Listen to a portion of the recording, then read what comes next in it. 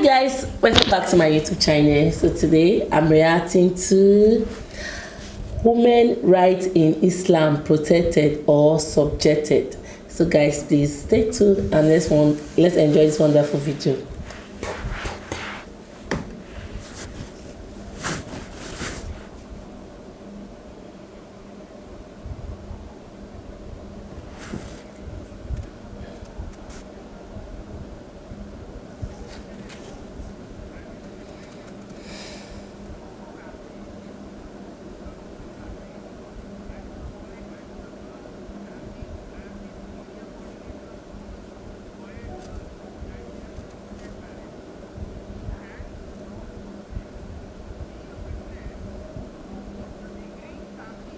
Yes, brother. Good evening, doctor.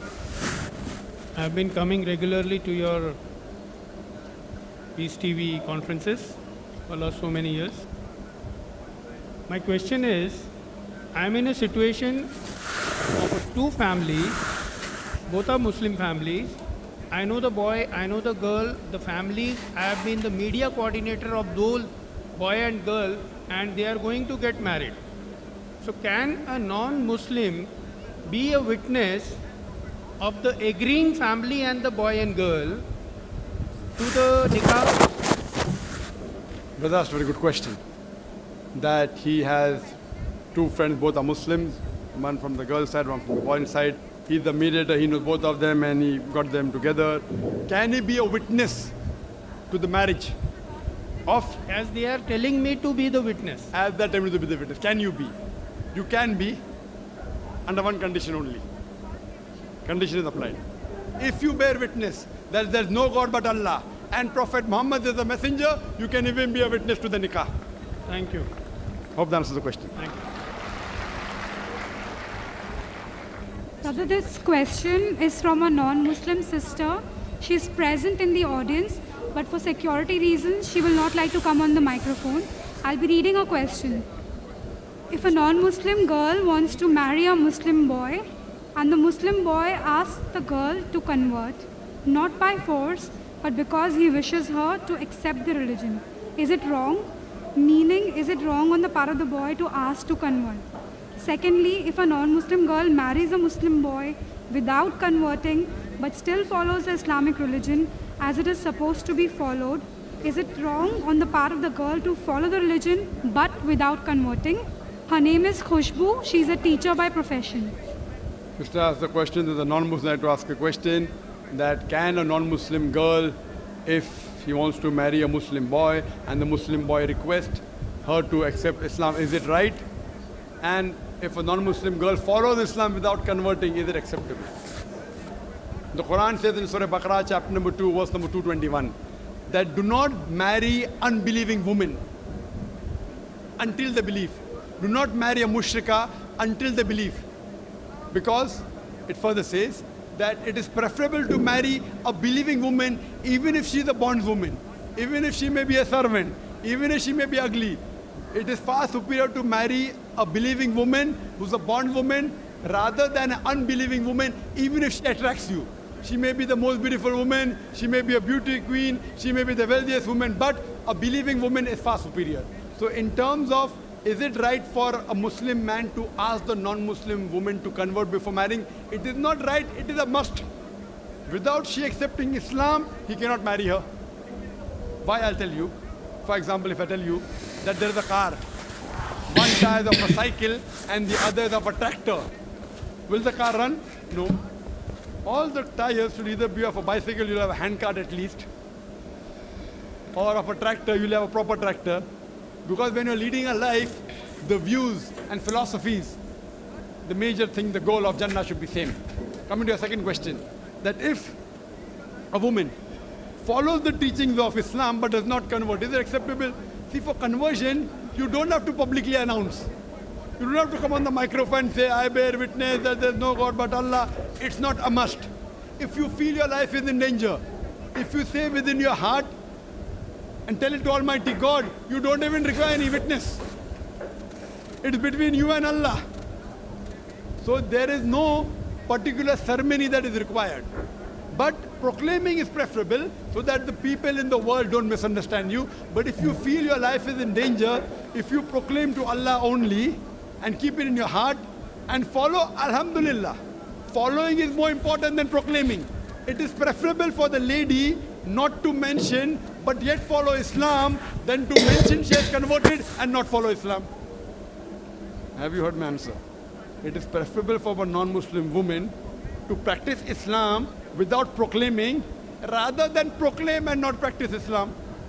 Practicing is more important than proclaiming. It's between her and Allah. So the moment she starts practicing Islam, it's understood. When she offers salah, she agrees there is one Allah and Prophet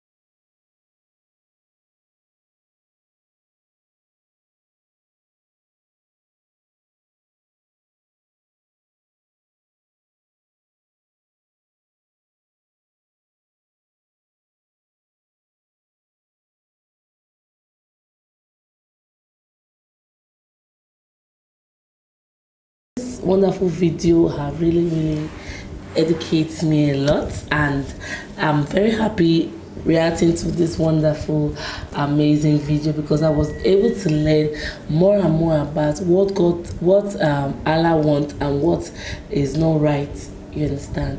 The right and the good in Islam. I was able to know part of it. So guys, let's continue so I'll get able to learn more and more about this wonderful video.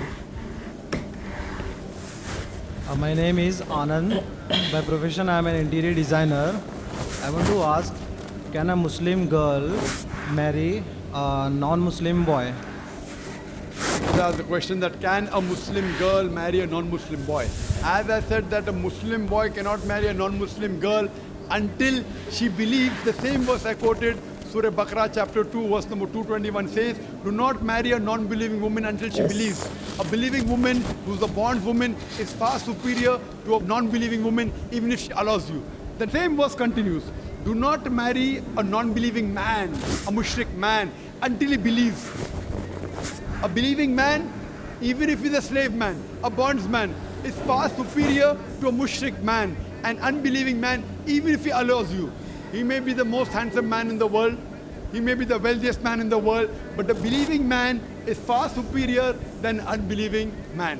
So even the vice versa is the same, that a Muslim woman cannot marry a non-Muslim man until he believes. Once he accepts Islam, then very well she can marry him. The same example of a car, that all the four tires should be same, one of a bicycle and the other of a truck, it will not work. Because the life partners, if you really love your wife, you'd want her to go to Jannah. If the Muslim woman loves the husband, she would want the husband to go to Jannah. This life is temporary.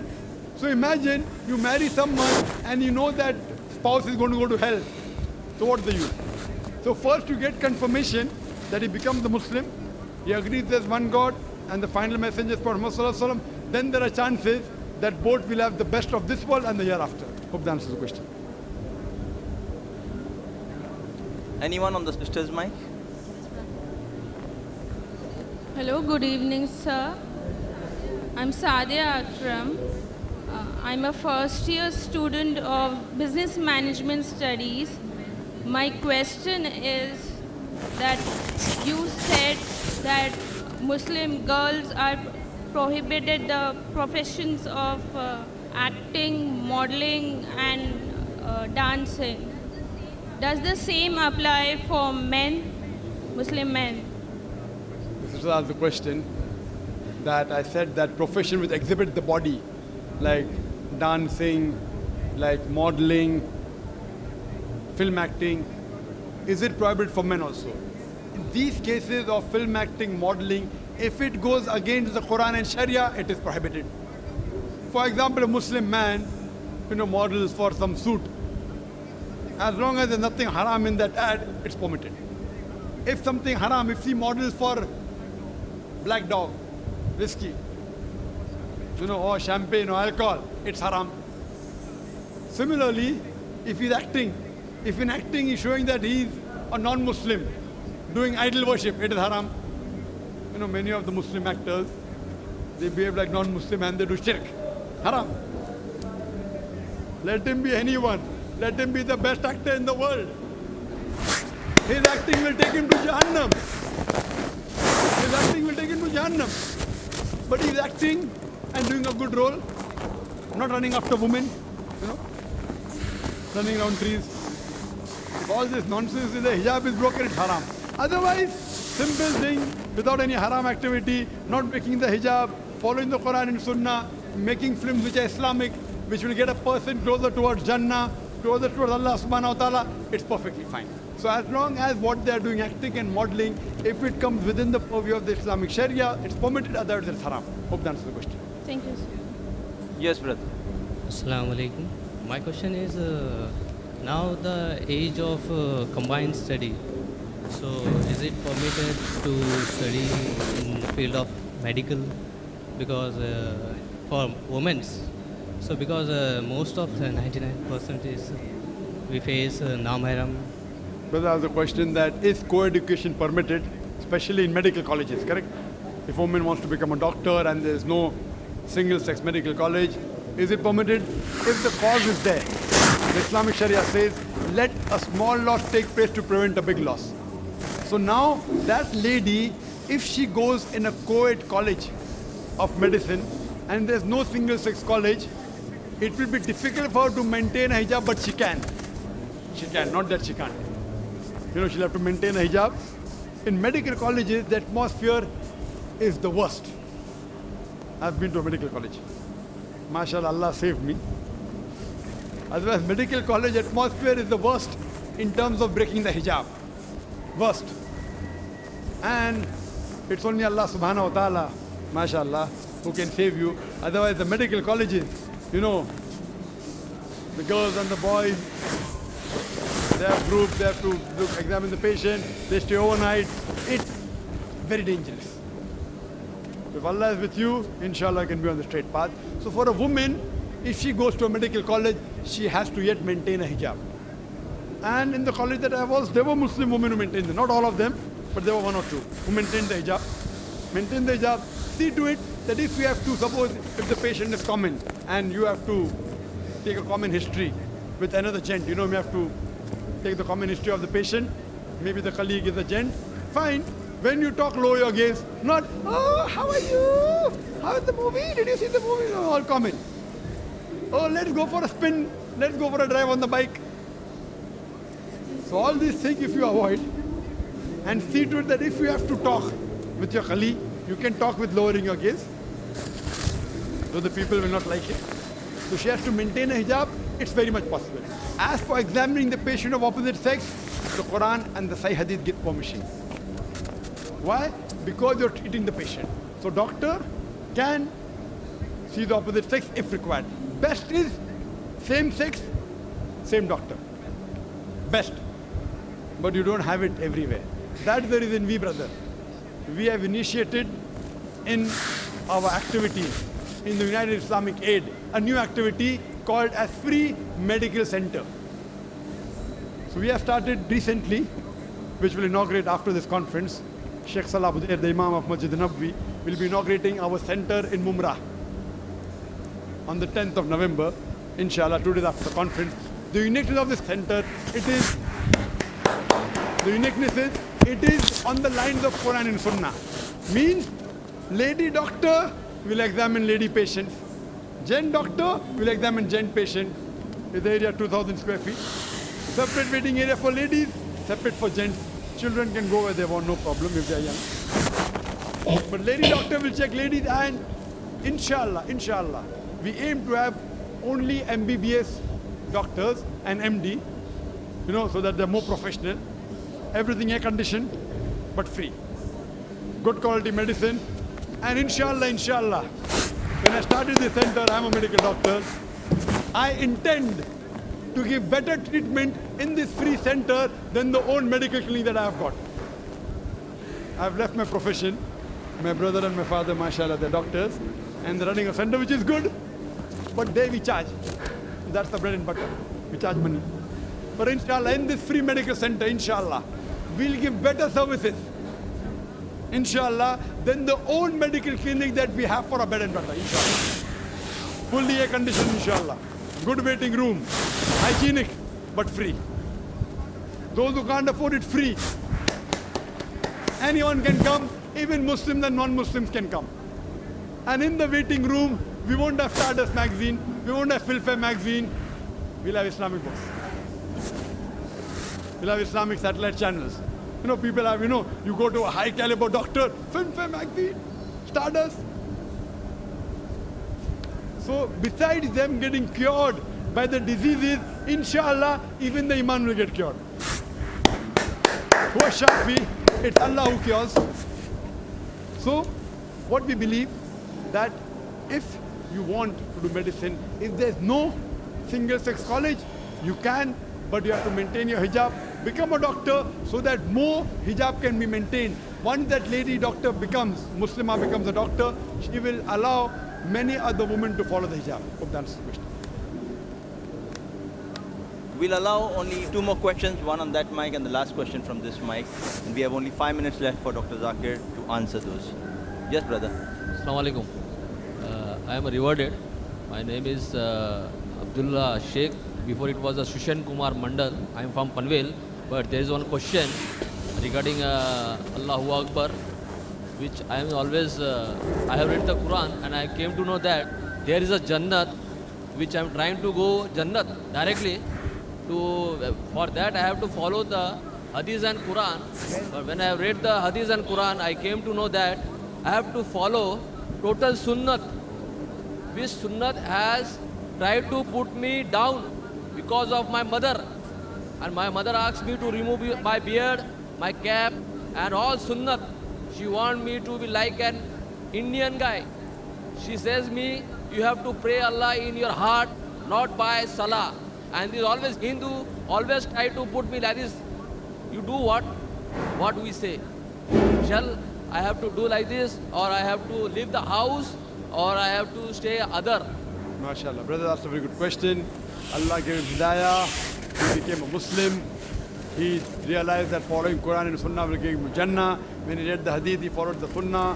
He wore a cap, he covered his hair, he sported a beard. But his mother says, remove the beard, remove the cap. What should I do? The verses are quoted of Surah Luqman chapter number 31 verse number 14, that we have enjoined on the human beings to be kind to the parents. In travail upon travail did the mother bore them, but in pain did she give birth. Immediately next verse says, Surah Luqman chapter 31 verse number 15, but if your parents force you to worship somebody besides Allah, of which you have no knowledge, then do not obey them. Yet live with them with love and compassion. The same message repeated in Surah An-Kabut, chapter number 29, verse number 8. We have enjoined on the human beings to be kind to the parents. But if the parent force them to do something, worship someone besides Allah, of whom they have no knowledge, then don't obey them, but yet live with them with love and compassion. What we realize from Quran and say Hadith, that you have to love your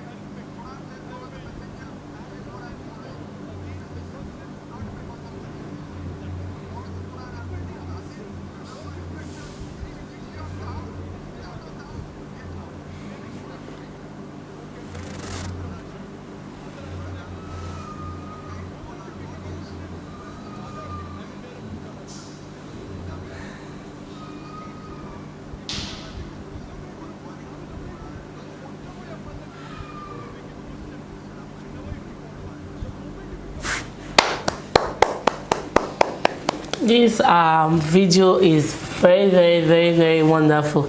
Like, I enjoyed every bit about this video. This human rights in Islam. Wow, this is lovely, guys. Like, I was speechless, and the video really educates me in everything like I need to know about Islam, and able to know about the Quran. Like, the video is very educative. Like, being a mother, listen to all this people speak. Even the guy that was saying that my mom wants me to shave my beard, my mom wants me to do this, my mom wants me. The preacher was still saying that love and respect your mom.